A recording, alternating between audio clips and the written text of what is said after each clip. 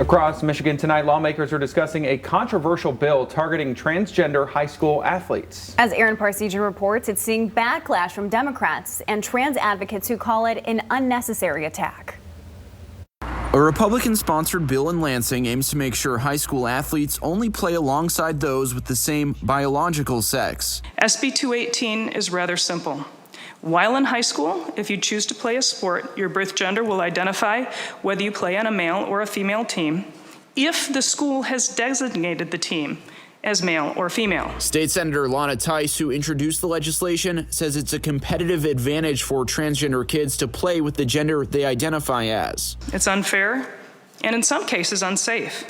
Ultimately, this is above all a matter of fairness and ensuring that there's an equal playing field for every athlete. On Tuesday, the Senate Education Committee held a hearing into Tice's bill, which is in line with a push from Republican state lawmakers in dozens of states to ban transgender girls from competing in high school girls' sports. I am the representative from the great state of Idaho. I am the one who first authored the Fairness in Women's Sports Act, first of its kind to pass in the nation. Witnesses who spoke in support argued the bill would protect female athletes.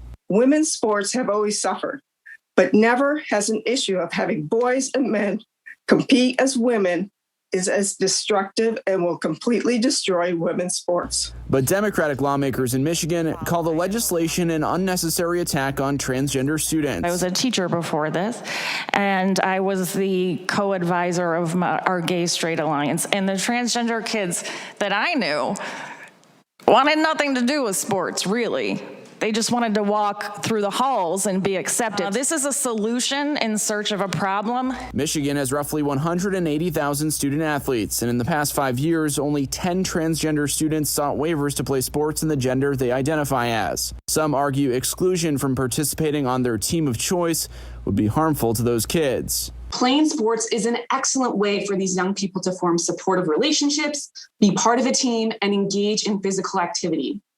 Exclusion from high school sports will have a direct negative impact on the health and well-being of transgender young people and will only add to the marginalization that they may be experiencing at school. Tuesday's committee hearing ended without the bill moving forward, but it could be up for another committee hearing soon and a potential vote in the full Senate later this week. For Fox 17 News, I'm Aaron Parsegian.